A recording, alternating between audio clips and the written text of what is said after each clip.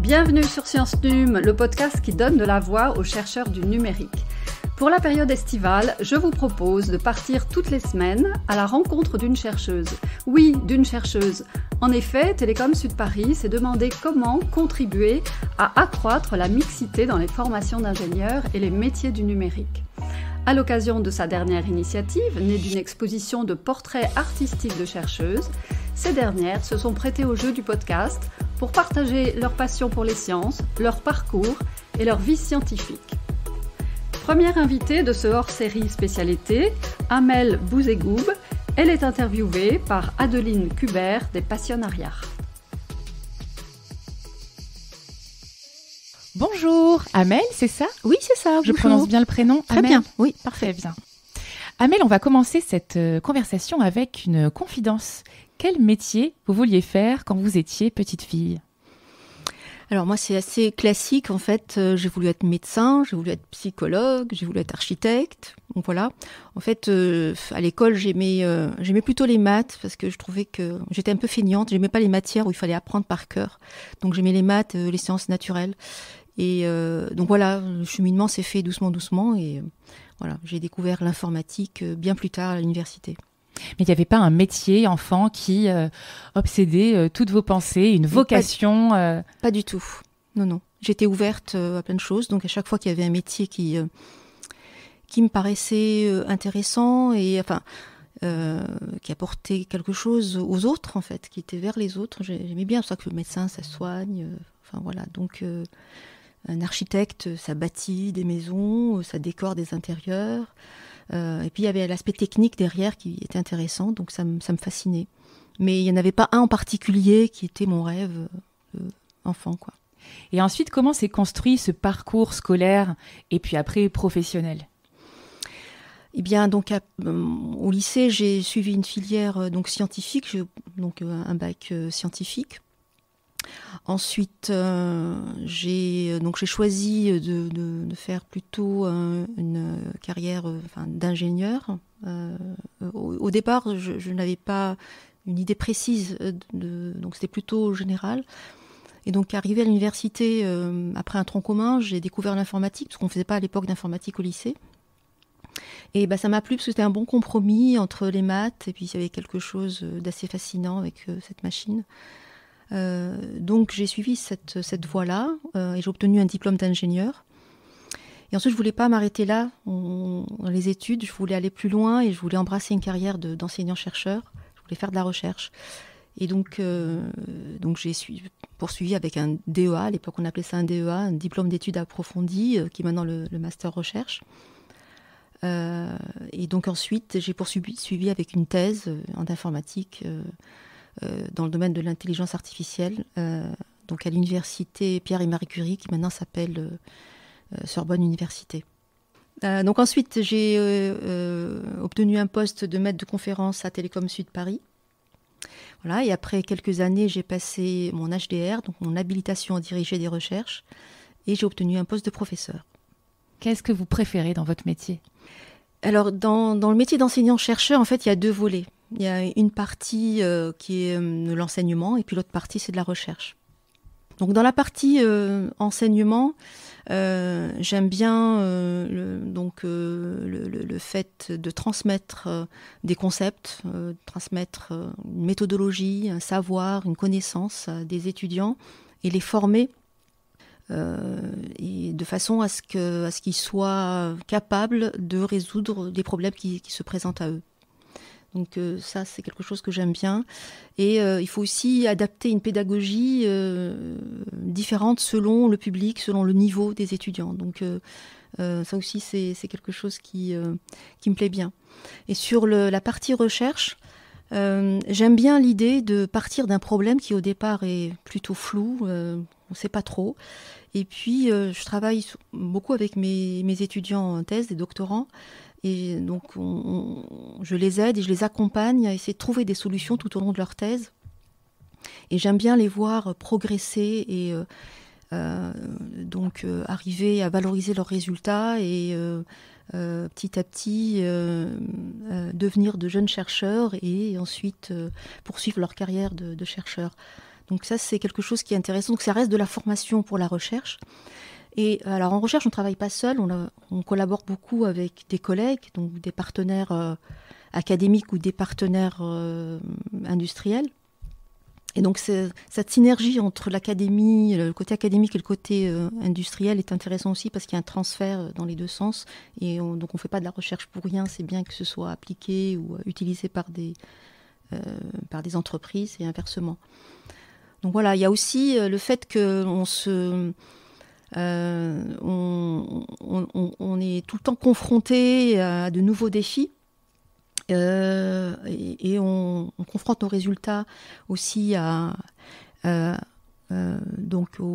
communauté scientifique et donc ce qu'on appelle l'état de l'art, l'état des travaux dans la communauté scientifique aussi bien nationale qu'internationale. Donc on est constamment en train d'essayer de résoudre ou de répondre à de nouveaux défis. Donc on s'ennuie pas. Voilà, et finalement, donc, dans ce métier, on est constamment en train d'apprendre de nouvelles choses. Il faut tout le temps se renouveler, et d'ailleurs aussi bien en enseignement qu'en recherche, et il ne faut jamais rester sur ses acquis. Voilà. Merci beaucoup. Vous parliez un peu plus tôt dans cet entretien d'intelligence artificielle. Est-ce qu'aujourd'hui, c'est le principal domaine scientifique sur lequel vous travaillez ? Oui. Donc, mon activité de recherche est centrée autour de l'humain. Et donc là, on est actuellement submergé par des données qui proviennent de sources diverses. Elles sont de nature différente. Et nous-mêmes, en tant qu'humains, nous produisons des données, soit via nos téléphones ou sur Internet ou à travers les réseaux sociaux. Et donc mes travaux consistent à essayer de rendre ces données et ces connaissances facilement extraites, exploitées et bien comprises par une machine. Et donc les résultats de ces recherches, ça peut comprendre, donc ça peut être soit des nouveaux algorithmes, des modèles ou des représentations pour raisonner sur les données. Merci beaucoup. Voilà. Est-ce qu'il y a d'autres domaines scientifiques sur lesquels vous travaillez et que vous voudriez nous partager ? Alors, en général, ce qui m'a toujours fasciné, c'est de pouvoir reproduire le raisonnement humain et de le modéliser par un ensemble de symboles. Et cette représentation symbolique est souvent dirigée par des règles logiques qui permettent donc à la machine de prendre des décisions. Ça, c'est le leitmotiv, on va dire, depuis longtemps. Et donc, cette représentation symbolique, c'est ce qu'on appelle l'intelligence artificielle symbolique. Mais actuellement, je m'intéresse donc à l'intelligence artificielle neurosymbolique, qui combine en fait deux domaines qui sont complémentaires et qui travaillent en symbiose et en tandem. Donc, c'est d'une part l'intelligence artificielle, disons statistique, ou l'apprentissage machine, ou on appelle ça aussi les réseaux de neurones, qui excellent dans la compréhension de corrélations complexes dans des corpus de données importants. Seulement, ils sont moins efficaces lorsqu'il y a très peu de données et ne sont pas en mesure d'extraire des structures de causalité entre les données. Vous avez des exemples à donner ? Alors, on est capable, donc si vous donnez un algorithme de ce type-là, une quantité d'images importante, il est capable de reconnaître, donc statistiquement, de reconnaître ce qu'il y a sur une image parce qu'il en a vu, il a vu beaucoup d'exemples de cette image-là. Donc, c'est des corrélations qu'il fait. Mais il ne sait pas extraire des causes à effet, en fait. De dire pourquoi c'est ça et comment. Donc, si je pose la question pourquoi, il ne saura pas me répondre. Ces célèbres intelligences artificielles tant utilisées en ce moment, comme Wall-E, par exemple, qui peuvent créer des images si on écrit une requête avec s'il te plaît, Wally, crée-moi un chat rouge avec un sourire en forme de banane. Il va reconnaître le chat, la banane parce qu'il a vu plein d'images, donc il va savoir la créer. C'est ça, c'est tout à fait ça. Voilà. Mais par contre, face à un nouvel exemple ou s'il y a une petite tâche dans un des exemples, eh bien, ça fausse complètement les résultats. Ok. Donc voilà. Donc ça, c'était le premier. Donc je disais qu'il y avait une corrélation entre donc deux domaines sur lesquels je souhaite travailler, sur lesquels je travaille actuellement. Donc il y a ce volet-là. Et puis de l'autre côté, il y a donc l'intelligence artificielle symbolique qui est capable de créer de nouveaux concepts à partir d'objets existants et qui peut donc identifier des liens de causalité entre les données.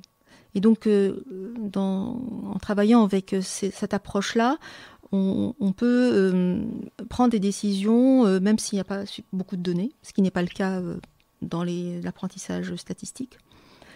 Et puis, on peut utiliser des règles d'un domaine particulier ou des règles de connaissance du domaine pour générer de nouvelles données qui vont servir à l'entraînement. Donc, en fait, cette complémentarité des deux domaines est vraiment une piste prometteuse aujourd'hui. Merci beaucoup. À propos de pistes prometteuses, si vous aviez une jeune femme devant vous aujourd'hui qui avait envie de se lancer dans un parcours similaire au vôtre, quels conseils vous pourriez lui donner ? Eh bien, je lui dirais, ne te laisse pas décourager, ne laisse personne briser ce rêve et mène-le jusqu'au bout. Parce qu'en fait, aujourd'hui, dans les écoles d'ingénieurs notamment, les proportions de filles sont faibles et de plus en plus faibles. Et on ne comprend pas trop pourquoi, en fait. Et on a l'impression que les filles ne rêvent plus de science, comme ce fut le cas dans les années 70 ou les années 80. Et souvent, elles sont dissuadées par leur environnement, que ce soit l'environnement familial, amical ou scolaire, où elles s'auto-censurent, en fait.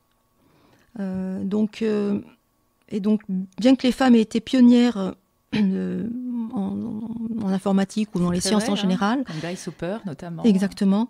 Donc, aujourd'hui, il y a moins de 30% de femmes qui sont employées dans le secteur du numérique.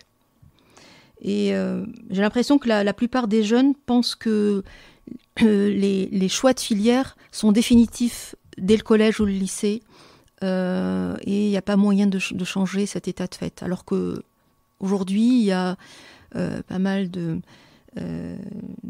possibilités ou de ponts ou de chemins de traverse qui permettent d'aboutir aux mêmes objectifs sans forcément suivre la voie royale.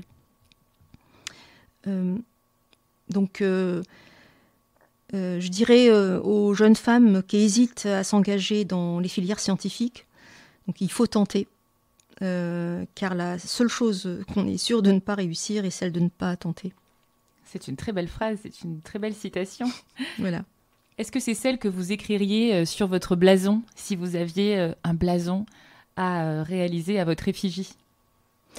Oui, je pourrais écrire ça, mais il y a quelque chose qui me tient aussi à cœur, c'est l'égalité homme-femme. Donc, si je devais représenter un blason, ce serait un grand signe égal, et puis de part et d'autre, un symbole féminin, un symbole masculin. Et la devise serait ? Et la devise serait égalité homme-femme en tout, salaire, recrutement, promotion et responsabilité. Merci beaucoup. On va clôturer cette conversation passionnante par la question des modèles scientifiques féminins. Vous avez parlé beaucoup d'égalité lors de notre échange et vous avez parlé aussi d'audace, d'aller vers cette filière scientifique quand on est une femme. Qui, pour vous, a été un modèle en cela et qui a pu permettre aussi, vous, à vous encourager à vous engouffrer dans ce chemin scientifique ? Alors moi, plus jeune, je n'avais pas beaucoup de modèles. À vrai dire, à part Marie Curie, qui était dans les manuels scolaires, donc qui était physicienne avec 2 prix Nobel, donc autant dire inaccessible, mais c'était quasiment le seul modèle féminin qu'on avait Donc j'ai appris plus tard qu'il y avait d'illustres femmes scientifiques qui ont existé, notamment en informatique. Donc aussi j'ai appris plus tard que le premier informaticien est une informaticienne, qui s'appelle Ada Lovelace, qui a conçu l'idée du programme avant même que les ordinateurs n'existent. Voilà, et puis il y a eu, donc dans les années 60, en fait on l'a appris aussi très récemment, lors de la conquête spatiale ou dans le cadre du programme Apollo. Donc il y avait une remarquable armée de femmes noires anonymes qui étaient mathématiciennes, physiciennes et ingénieurs qui excellaient dans le calcul. Donc elles calculaient de façon rapide et excellente et beaucoup mieux que les hommes blancs. Et donc c'est grâce à elles que les Américains ont pu envoyer le premier homme dans l'espace. Mais leurs connaissances n'ont pas été reconnues. Au contraire, elles n'avaient pas le droit de partager les bureaux des hommes blancs. Donc c'est dommage que, on a appris toute cette histoire très récemment aussi. Voilà. Merci de la partager. Oui. De rien. Je pense que c'est important que tous les jeunes prennent conscience de ça. Donc vraiment, les femmes ont été pionnières. Et donc si on veut parler de résultats significatifs ces dernières années, il y a eu des prix Turing. La première femme prix Turing, c'est Frances Allen, en 2006. Donc elle travaille dans le domaine des compilateurs et du calcul parallèle. 2 ans après, il y a eu Barbara Liskov, qui, elle, travaillait dans les langages de programmation et les systèmes distribués. Et puis très récemment, en 2012, Shafi Goldwasser, elle travaillait dans la théorie de la complexité et la cryptographie. Donc on a de beaux exemples là, dans ces dernières années pour les jeunes générations. Merci de tous les modèles que vous venez de mettre en lumière, Amel. Merci beaucoup. De rien, avec plaisir. Je vous remercie beaucoup pour cet entretien qui s'achève. Merci pour l'invitation. Merci pour votre écoute. J'espère que la découverte de ce portrait sonore vous a plu. Il est issu de l'exposition La preuve par l'exemple de l'artiste Laura Bonnefou, produite par l'agence artistique Artwork in Promise. C'était Science Num dans sa tenue estivale pour que tous nous nous mobilisions afin d'amplifier l'accompagnement des femmes vers les sciences et les métiers du numérique. Rendez-vous la semaine prochaine pour une nouvelle rencontre avec Catherine Lepers. À bientôt.